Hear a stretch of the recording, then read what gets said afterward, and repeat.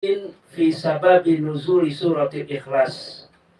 Bermula bab perkataan-perkataan ulama-ulama ahli tafsir di dalam sebab turunnya surah Al-Ikhlas. Walisababi nuzuliha wujuhun kasiratun. Di dalam sebab turunnya surah Al-Ikhlas itu banyak jalan-jalannya, beberapa jalan. Beberapa pendapat. Al-awwalu annaha nazalat bisababi su'alil musyrikin. Yang pertama, bahwasanya surah Al-Ikhlas itu turun dengan sebab pertanyaannya orang-orang musyrik. Qala Dhahhak, berkata Dhahhak, innal musyrikina arsalu Amirab Nitufail ila Nabi sallallahu alaihi wasallam. Berkata Dhahhak bahwasanya orang-orang musyrik itu mengirim akan Amir bin Tufail kepada baginda Nabi besar Muhammad sallallahu alaihi wasallam. Wa qalu, dan mereka mengatakan, syaqaqta asona wa sabatta alihatana. Mereka orang-orang musyrik ini mengatakan, engkau telah mematahkan akan tongkat-tongkat kami, dan engkau, wahai Muhammad, telah mencela akan Tuhan-Tuhan kami. Wa khalafta dina abaika, dan engkau telah menyalahi akan agama bapak-bapak moyangmu. Fa in kunta faqihan aghnainaka. Kalau engkau, hai Muhammad, kalau engkau ini seorang yang fakir, maka kami akan memberikan kekayaan kepada engkau. Wa in kunta majnunan, dan jika engkau ini gila, dawainaka, kami akan obati engkau.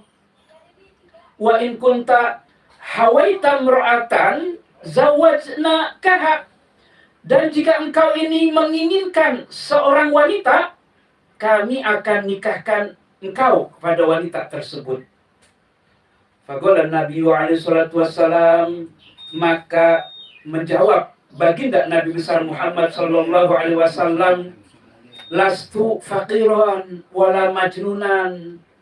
Aku bukanlah orang yang fakir dan juga bukan orang yang gila.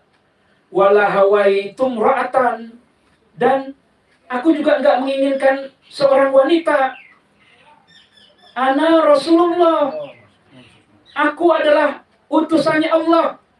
Ad'ukum min ibadatil asnam ila ibadatihi.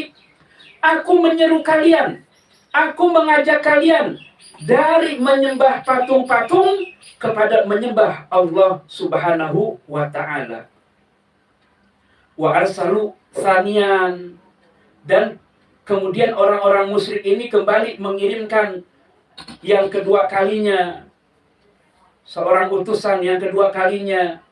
Qalulahu, mereka mengatakan kepada baginda Nabi besar Muhammad sallallahu alaihi wasallam, bayyin jinsa ma'budika amin zahabin au min fiddatin. Orang-orang musyrikin ini mengatakan kepada baginda Nabi besar Muhammad SAW, jelaskan kepada kami akan jenis yang disembahmu, apakah dia itu dari emas atau dari perak. Fa'anzalallahu hadhihi surata, maka Allah Subhanahu wa ta'ala menurunkan akan surah ini, yaitu surah Al-Ikhlas. Faqalu, maka mereka mengatakan, salasumi'atin wasittuna sonaman taqumu bihawaijina. Maka mereka orang-orang musyrikin mengatakan 360 patung atau berhala, itu 360 patung berhala itu mengatur, mengurus urusan kami, hajat-hajat kami. Fa kaifa yaqumul wahidu bihawaijil khalqi. Maka kata orang-orang musyrikin itu, bagaimana bisa mengatur, mengurus oleh satu Tuhan dengan hajat-hajat, kebutuhan-kebutuhan seluruh makhluk. Fa'anzalallahu ta'ala, maka Allah Subhanahu wa taala turunkan surah wassaffati saffa ila qaulihi inna ilahukum lawahid. Demi rombongan yang bersap-sap dengan sebenar-benarnya. Hingga firman Allah Ta'ala, sesungguhnya Tuhan kalian lawahid, benar-benar esa. Fa'arsalu ukhra, maka mereka kembali. Orang-orang musyrik itu mengirimkan yang lain.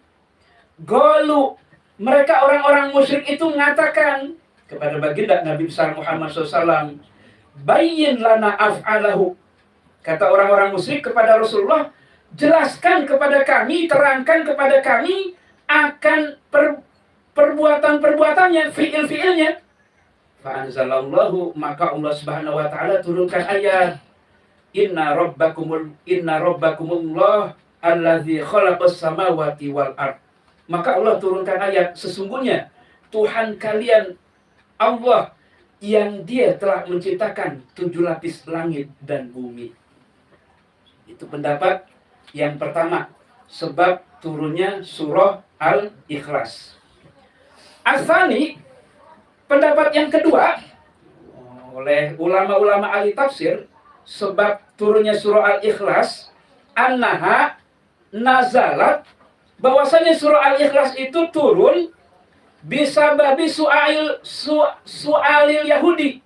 Bahwasanya surah Al-Ikhlas itu turun dengan sebab pertanyaannya orang-orang Yahudi.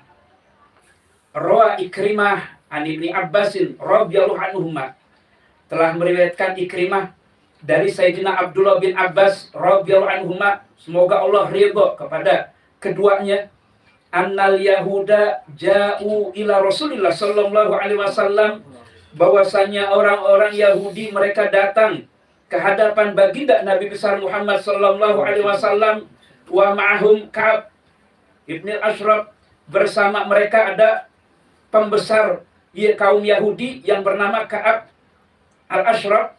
Faqalu, maka mereka mengatakan, ya Muhammadu, wahai Muhammad, hadzal ladzi khalaqal khalqa, ini yang telah menciptakan akan makhluk, semua makhluk. Faman khalaqallaha ta'ala, maka siapa yang menciptakan Allah Ta'ala?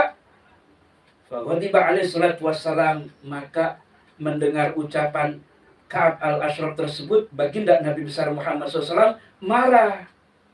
Fabarra'ahullahu ta'ala idh nazala Jibril alaihissalam fasakkanahu, maka Allah bebaskan akan kemarahannya Rasulullah SAW ketika Allah turunkan malaikat Jibril. Maka malaikat Jibril menenangkan baginda Nabi besar Muhammad SAW. Wa qala, dan malaikat Jibril berkata, ikhfid janahaka, turunkan sayapmu ya Muhammad, wahai Muhammad. Fa'anzalallahu, maka Allah Subhanahu wa taala menurunkan, qul huwallahu ahad, katakanlah dialah Allah, Tuhan yang esa. Falamma talaha alaihim takala, Rasulullah SAW membacakan surah tersebut atas orang-orang Yahudi. Qalu, mereka orang-orang Yahudi mengatakan, sif lana rabbak, sifatkan kepada kami akan Tuhanmu.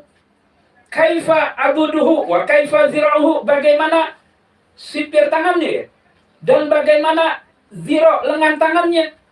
Faghadiba asyaddal ghadab minal awal, maka baginda Nabi besar Muhammad SAW marah, begitu sangat marahnya melebihi dari marah yang pertama. Fa'atahu Jibril alaihissalam, maka datang malaikat Jibril kepada baginda Nabi besar Muhammad SAW bigaulihi, dengan membawa firman Allah Ta'ala, wa ma qadarullaha haqqa qadri, gitu ya.